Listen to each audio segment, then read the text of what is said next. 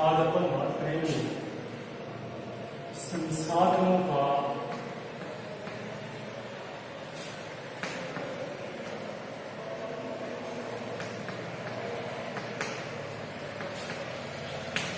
वर्गीकरण। संसाधनों का वर्गीकरण। संसाधन कितने प्रकार के होते हैं, कौन कौन से होते हैं, वर्गीकरण या प्रकार कितने प्रकार के होते हैं। सबसे पहले जैविक,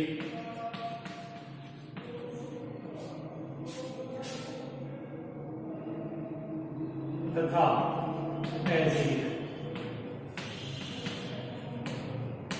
संसाधन। जैविक तथा अजैविक संसाधन। जैविक संसाधन मीन्स जड़ चैतन्य श्वसन क्रिया करते हैं, जिनका जीवन काल निश्चित है, जो सूक्ष्म जीव से लगा करके जितने भी जीव जंतु हैं वो जैविक श्रेणी में आते हैं। जैविक और अजैविक। जैविक संसाधनों के अंतर्गत छोटे छोटे पेड़ पौधों, जिसको पादप बोलते हैं, छोटे छोटे पेड़ पौधों से लेकर के पादपों से लेकर के विशाल पेड़ वृक्ष जिसको बोलते हैं, वो सभी प्रकार की वनस्पतियां इसमें शामिल हैं। सभी प्रकार की वनस्पति जगत इसमें सम्मिलित है जैविक संसाधन में। इसके अलावा जितने भी जीव जंतु हैं जो श्वसन क्रिया करते हैं, श्वास लेते हैं, जिसका जीवन एक निश्चित जीवन काल हो, वो जैविक श्रेणी में आते हैं। उदाहरण के लिए पेड़ पौधे, मानव स्वयं, जीव जंतु जितने भी हैं, पशु पक्षी, जो जड़ चैतन्य पदार्थ, जो जड़ डाल जमीन के अंदर जड़ डाले हैं और श्वसन क्रिया करते हैं, वो जैविक मानते हैं। अजैविक जो निर्जीव होते हैं, इसमें मृदा कोई श्वसन क्रिया नहीं होती है, कोई निश्चित जीवन काल नहीं होता है। अजैविक श्रेणी में जिसमें मृदा महत्वपूर्ण इसका उदाहरण है। मिट्टी जो निर्जीव है, कोई भी वस्तु निर्जीव होती है, वस्तु किसी भी प्रकार की, चाहे वह मानव निर्मित हो चाहे वह प्रकृति द्वारा हो, उसको अजैविक श्रेणी में, जो निर्जीव श्रेणी में होता है, जो कोई श्वसन क्रिया नहीं करते हैं, कोई भी जड़ चैतन्य नहीं है, उसको अजैविक श्रेणी में करते हैं। जिसमें दूसरा सीमित, असीमित। सीमित और असीमित। पूरी पृथ्वी पर कुछ संसाधन सीमित मात्रा में है, जिसको परंपरागत संसाधन बोलते हैं, समाप्य संसाधन बोलते हैं, जिसको आने वाली पीढ़ी के लिए, जो हमेशा के लिए जैसे खत्म होने वाले बोलते हैं, भूगर्भ में दबे हुए, जैसे प्राचीन, उसको परंपरागत प्राचीन काल से जो संसाधन, कोयला, पेट्रोल, प्राकृतिक गैस, डीजल, ये सारे समाप्य संसाधन है। हालांकि ये जैविक है। कोयला स्वयं क्या है, जैविक है, क्योंकि वनस्पति से बना है। अरबों करोड़ों वर्ष पहले भूगर्भीय हलचलों से वनस्पति दब गई, दाब और ताप से कोयले का निर्माण हुआ। वनस्पति के निर्माण के कारण इसको जैविक श्रेणी में रखा गया है। सीमित है, कोयला एक सीमित संसाधन है, क्योंकि भूगर्भ में करोड़ों वर्षों के बाद भूगर्भीय हलचलें होती हैं, तो हमेशा नहीं होती, तो वो सीमित है। इसके साथ कोयला, पेट्रोल, प्राकृतिक गैस, परंपरागत बोलते हैं इसको। सीमित संसाधन परंपरागत होते हैं, परंपरागत प्राचीन काल से जो चले आ रहे हैं। और ये समाप्य भी होते हैं, इसको समाप्य भी कहते हैं, जो समाप्त हो जाते हैं, इसका उपयोग मानव करते करते लास्ट में एंड हो जाता है इसका, इसलिए इसको समाप्य की श्रेणी में रखा गया है। इसको परंपरागत संसाधन भी बोलते हैं। परंपरागत कई नाम हैं सीमित के, परंपरागत, समाप्य, और इसके ऑपोजिट असीमित संसाधन। जैसे इन संसाधनों को समाप्त होते हुए देखते हुए वैकल्पिक संसाधनों, इसकी जगह वैकल्पिक संसाधन, जैसे कोयला है, ऊर्जा का एक स्रोत है, लेकिन वो समाप्य है, तो ऊर्जा भी मिले और समाप्त भी ना हो, तो इसकी जगह वैकल्पिक संसाधनों की खोज की गई जो असीमित की श्रेणी में रखा जाता है, जिसको नव्यकरणीय संसाधन बोलते हैं। सीमित संसाधनों को अनव्यकरणीय, इनको नव्यकरणीय, इनको गैर परंपरागत, असीमित संसाधनों को गैर परंपरागत, सीमित संसाधनों को परंपरागत और इसको समाप्य, इसको असमाप्य। तो इस श्रेणी में कौन कौन से आएंगे? सौर ऊर्जा कभी समाप्त नहीं होती है, बायोगैस, भूतापीय ऊर्जा, ये सभी ज्वारीय ऊर्जा, जितने भी ऊर्जा के स्रोत हैं वैकल्पिक संसाधनों की खोज की गई। तो ये सारे के सारे इसमें सौर ऊर्जा, भूतापीय, ज्वारीय, बायोगैस ऊर्जा, ये सारे के सारे ऐसे। सीमित में कोयला, पेट्रोल, डीजल, प्राकृतिक गैस, ये सारे सीमित माने। इसको परंपरागत भी बोलते हैं, समाप्य भी बोलते हैं और इसको गैर परंपरागत और असीमित, असमाप्त जिसको बोलते हैं। सौर ऊर्जा, भूतापीय ऊर्जा, ज्वारीय ऊर्जा, आजकल इनका सबसे ज्यादा इस्तेमाल हो रहा है। सौर ऊर्जा से ट्रेन, अपने रेलगाड़ी भी, रेलगाड़ी पहले कोयले से चलती थी, उसके बाद में डीजल पेट्रोल से, उसके बाद में अब सौर ऊर्जा से चलने लगे, क्योंकि ये गैर परंपरागत मात्रा है, नवीनीकरण, नव्यकरणीय योग्य है, नव्यकरणीय, इसको अनव्यकरणीय बोलते हैं। ये जैविक अजैविक संसाधनों को यदि अपन पूरे बड़े बड़े रूप से संसाधनों को वर्गीकृत किया जाए, संसाधनों को बांटा जाए, संसाधनों का क्लासिफिकेशन किया जाए, तो कितने मोटे मोटे रूप से ये जैविक अजैविक, सीमित असीमित, विकसित संभावित, जैसे सीमित असीमित अपन ने देख लिया।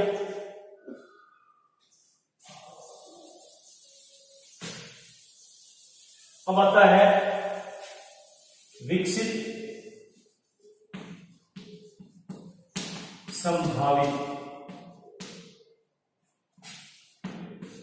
विकसित और संभावित संसाधन। विकसित कौन कौन से होते हैं?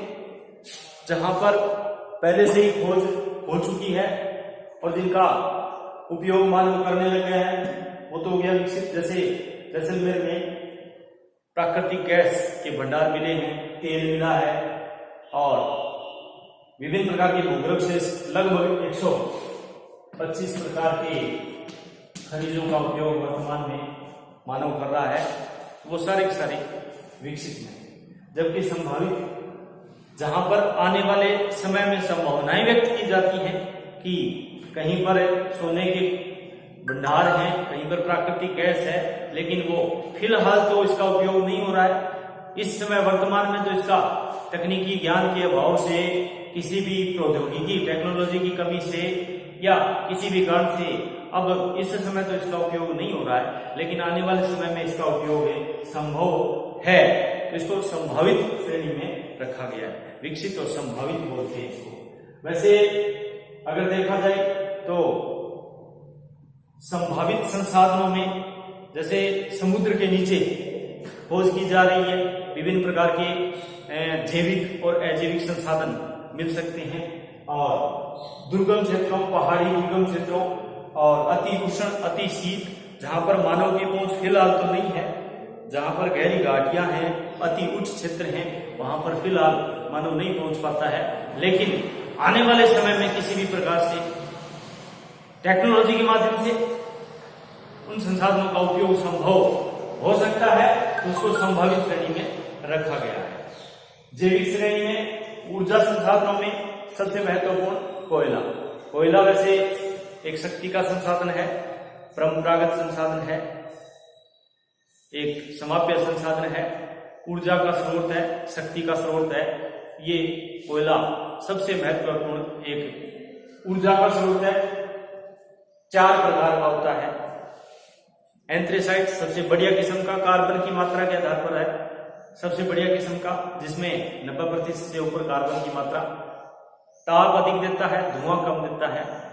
और ये एंथ्रेसाइट कोयले से लोहा इस्पात जैसी कंपनियां हैं वो भट्टियों में कोक बना करके इसका इस्तेमाल करती है।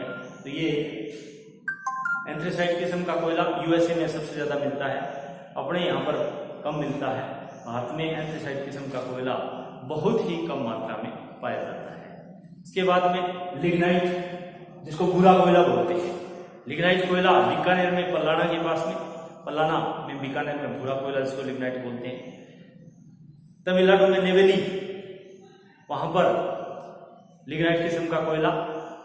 लिग्नाइट कोयले से ताप आधारित थर्मल पावर जिसको बोलते हैं, अपने सूरतगढ़ में ताप आधारित थर्मल पावर है, सूरतगढ़ ताप विद्युत परियोजना, नेवेली ताप विद्युत परियोजना।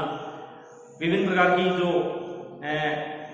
बिजली बनाने के जो जिसे कोयले से बिजली बनती है, वहां पर इस कोयले का इस्तेमाल होता है। भारत में सबसे ज्यादा लिग्नाइट प्रकार का कोयला पाया जाता है। जम्मू कश्मीर में भी लिग्नाइट कोयला मिला है, और अपने भारत में तमिलनाडु में, राजस्थान में, बीकानेर के पास पल्लाना में भूरा कोयला पाया जाता है, जिसको लिग्नाइट कोयला बोलते हैं। इसके अलावा सबसे घटिया किस्म का कोयला पीट होता है, एक प्रकार की लकड़ी, गीली लकड़ी का ही एक नमी लकड़ी का जो रूप होता है। प्रारंभिक अवस्था होती है, यूं समझिएगा, कोयला निर्माण की जो प्रारंभिक अवस्था होती है उसको पीट की श्रेणी में रखा गया है। ताप कम देता है, धुआं सबसे ज्यादा देता है, धुआं प्रदूषण रहित जिसको बोलते हैं। तो पीट कोयला सबसे घटिया किस्म का, कार्बन की मात्रा 30 और 40% के बीच में होती है।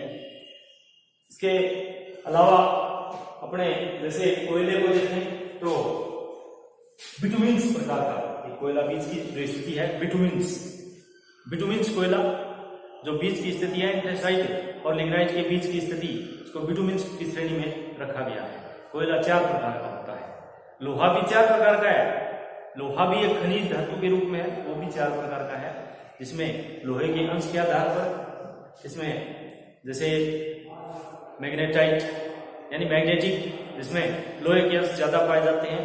मैग्नेटाइट का मतलब चुंबक, मैग्नेटिक मतलब चुंबक, जिसमें चुंबक के गुण ज्यादा पाए जाते हैं। हेमेटाइट, सेडेराइट, ये सब लोहे के प्रकार हैं। तो ये भी खनिज जो धात्विक खनिजों में आते हैं, लेकिन यहाँ पर अपने संसाधनों का वर्गीकरण करते हैं। तो संसाधनों को सीमित, असीमित, जैविक, अजैविक, विकसित, संभावित। एक होता है राष्ट्रीय और अंतरराष्ट्रीय। अब राष्ट्रीय जैसे खनिज है, जैसे भारत के पास में खनिज है, भारत के कोयला उत्पादन क्षेत्र है, तो वो राष्ट्रीय खनिज हो गया, भारत का हो गया। भारत की नदी है, जैसे गंगा नदी है, तो वो भारत की राष्ट्रीय संपदा हो गई, वो अपने राष्ट्र का अधिकार होता है। अंतरराष्ट्रीय जैसे महासागर है, समुद्र है, जितने भी, उस पर किसी भी देश का कोई अधिकार नहीं है, सबके लिए खुले हैं। जैसे निश्चित एक सीमा होती है, लेकिन अटलांटिक महासागर, प्रशांत महासागर, हिंद महासागर, वहां पर सबका जल यातायात के लिए खुला है। सूर्य का प्रकाश, हवा, सब अंतरराष्ट्रीय में आते हैं, इंटरनेशनल, किसी का अधिकार नहीं है। जैसे हवा सबके लिए है, खुली है, तापमान सबके लिए है, जलवायु सबके लिए है, तो ये सब सारे के सूर्य का प्रकाश है, हवा है, तापमान है, जो समुद्री जल है, वो सब अंतरराष्ट्रीय स्तर की है। और जितने भी अपने अधिकार क्षेत्र में आते हैं वो राष्ट्रीय, जैसे किसी का अधिकार है, भारत की सीमा में जो जिसका अधिकार है, भारत में जैसे सोना मिलता है, सोने की खान है, तो वो भारत के अधीन हो गई, तो वो भारत का एक राष्ट्रीय संपदा हो गई। किसी देश की भूमि के अंदर जो संपदा होती है वो राष्ट्रीय में, अंतरराष्ट्रीय मतलब सबके लिए खुला, कोई किसी का अधिकार नहीं है। एक होता है व्यक्तिगत संसाधन, व्यक्तिगत जैसे चल और अचल संपत्ति इसमें से इस्तेमाल है। चल और अचल अचल का मतलब जैसे भूमि, मकान, जमीन, ये अचल में आ गई। चल संपत्ति जैसे नकदी, किसी के पास में 100 रुपए हैं, किसी के पास में 500 है, किसी के पास में 1000 है, अपने अपने हैं। जितनी भी नकदी है वो व्यक्तिगत है। चरित्र, अपना अपना चरित्र, वो सब व्यक्तिगत में आता है। तो संसाधनों का वर्गीकरण मोटे मोटे रूप से देखा जाए तो सीमित, असीमित, जैविक, अजैविक, विकसित, संभावित, राष्ट्रीय, अंतरराष्ट्रीय, व्यक्तिगत और एक सामूहिक होता है। जैसे सब समाज के लिए होता है, सबके लिए होता है। एक व्यक्तिगत की श्रेणी में लास्ट में अपन रख देते हैं कि एक पर्सनल होता है। जैसे अचल और अचल संपत्ति सब अलग अलग है। इसमें पर्सनल जो जिसको बोलते हैं वो व्यक्तिगत में आती है। किसी के पास में जमीन है, किसी के पास में घर है, किसी के पास में अपना पशु गाय भैंस है, किसी के पास में गाय है, किसी के पास में भेड़ है, बकरियां हैं, अपनी अपनी नकदी जिसको चल संपत्ति बोलते हैं। किसी के पास में नकदी ज्यादा है, कम है, किसी के पास में 1 रुपया है, किसी के पास में 5 है, किसी के पास में 500 है, वो अलग अलग व्यक्तिगत में आते हैं सारे। तो ये बड़े बड़े रूप से संसाधनों का वर्गीकरण। फिर जैसे जैविक संसाधन है, तो जैविक संसाधनों में सबसे महत्वपूर्ण संसाधन अपने जैविक में कोयला। कोयला काला सोना बोलते हैं, ब्लैक गोल्ड। कोयले को शक्ति का, ऊर्जा का स्रोत है, परंपरागत है, प्राचीन काल से चला आ रहा है। कोयला एक प्रदूषणकारी है, जबकि सौर ऊर्जा, भूतापीय ऊर्जा ये प्रदूषण रहित है। कोयला, पेट्रोल, प्राकृतिक गैस ये सब प्रदूषणकारी है, इनसे प्रदूषण फैलता है। इसलिए प्रदूषण रहित, जिसमें प्रदूषण ना हो, ऐसे संसाधनों का वैकल्पिक जगह जिसमें कहीं पर प्रदूषण से बचा जाए, कोई किसी प्रकार का प्रदूषण ना हो, तो सौर ऊर्जा, भूतापीय ऊर्जा, ज्वारीय ऊर्जा, इनका अधिक उपयोग वर्तमान में किया जा रहा है। कोयले से बिजली बनती है। कोयला लोहा इस्पात कंपनियों में काम देता है। लोहे, कच्चा लोहा धरातल से निकाल करके और उसको पिघला करके, जब पिघलाने की बात आती है तो उसको भट्टियों में डाला जाता है। लोहा 75% अशुद्ध गैर रंग का, भूरे रंग का, और 25% शुद्ध लोहा निकलता है। तो 25% को अलग करके फिर उसको इस्पात तैयार किया जाता है। तो इस्पात कंपनियों में जैसे Tata iron and steel company है, अपने जिसको बोलते हैं, जमशेदजी टाटा ने लगाई थी, वहां पर इस्पात तैयार किया जाता है। और इस्पात बनाने में एक ऊर्जा के रूप में, एक शक्ति के रूप में कोयले का निर्माण। इसके अलावा विद्युत उत्पादन में थर्मल, कोयला आधारित विद्युत, जैसे राजस्थान में सूरतगढ़, दक्षिणी भारत में तमिलनाडु में नेवेली थर्मल पावर, कोयला आधारित, जिसमें कोयले से बिजली बनती है।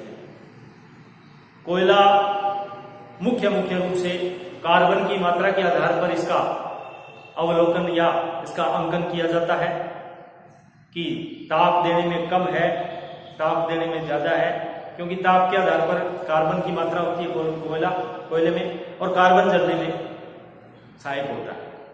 तो एंथ्रेसाइट सबसे बढ़िया किस्म का, बिटुमिन्स, इसके बाद लिग्नाइट और पीट सबसे घटिया किस्म का, लास्ट स्टेज जो होती है पीट की, जिसमें ताप कम और धुआं ज्यादा। एंथ्रेसाइट में धुआं कम और ताप ज्यादा। धुआं न के बराबर होता है, राख भी कम होती है। कोयला मिलता कहाँ है? कोयले का उत्पादन और वितरण।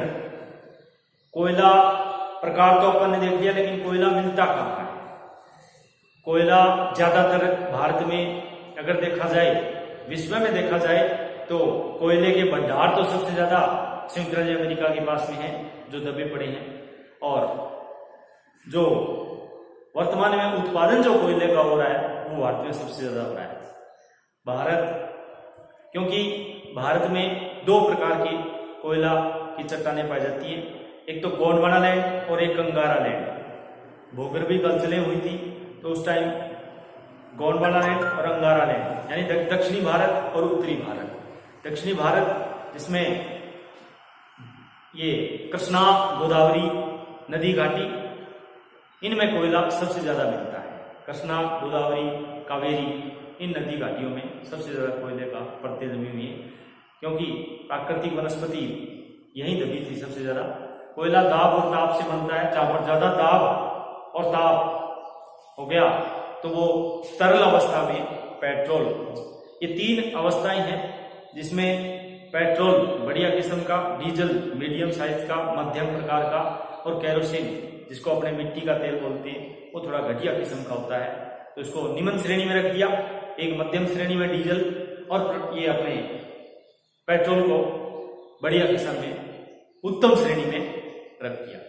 ये 3 श्रेणियां अधिक दाब और ताप से तरल पदार्थ धरातल के अंदर एक चट्टानों के माध्यम से, धरातल के नीचे चट्टानें बर्तन का काम करती हैं, जिसमें कठोर चट्टानें होती हैं।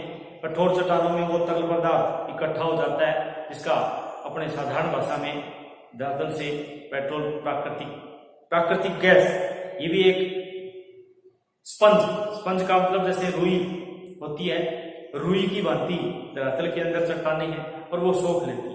प्राकृतिक गैस भी इनमें सभी में मिली होती है। प्राकृतिक गैस के भंडार खूब अपने राजस्थान में खूब मिले हैं। जैसलमेर साइड में, बाड़मेर, जैसलमेर, इधर मग्गा की ढाणी, गुड्डा, जैसलमेर में प्राकृतिक गैस के भंडार मिले हैं, जिसके साथ में अपने तेल भी प्राप्त हुआ है, जिसके कुओं के नाम Mangala first, Mangala second, Mangala third ये रखे हैं। तो रेत के नीचे, रेत के धोरों के नीचे तेल और प्राकृतिक गैस के भंडार पाए गए हैं, और जो आने वाले टाइम में खोज की जा रही है वो संभावित में आ जाती है कि आने वाले टाइम में इसका उपयोग किया जाएगा। इसी श्रेणी में ये सब शक्ति के साधन है, जैसे प्राकृतिक गैस, डीजल, ये अपने कोयला, ये सब शक्ति के साधन है, एनर्जी सोर्स बोलते हैं इसको। संसाधनों को कई श्रेणियों में बांट करके कई उद्देश्य की प्राप्ति के आधार पर होते हैं, कई अपने जैसे उपयोगिता के आधार पर होते हैं। तो विभिन्न प्रकार के संसाधनों को मोटे रूप से जैविक, अजैविक, सीमित, असीमित, अपने विकसित, संभावित, राष्ट्रीय, अंतर्राष्ट्रीय और व्यक्तिगत और सामूहिक। जैसे कोई चीज अपने, जैसे नदी है भारत की, उसमें सबका, गंगा नदी पर सभी का, पूरे भारतवासियों का ही अधिकार है, तो वो सामूहिक हो गई, पूरे भारत के लिए हो गई, अपने अपने क्षेत्र में। तो राष्ट्रीय संसाधन की श्रेणी में रखते हैं अपने ये संसाधन, इसको परंपरागत और गैर परंपरागत के नाम से भी। तो आज अपन ने एक छोटा सा टॉपिक संसाधनों का वर्गीकरण या प्रकार, क्लासिफिकेशन ऑफ द रिसोर्स के नाम से अपन ने किया। अगली क्लास में अपन इसको डिटेल से करेंगे। धन्यवाद।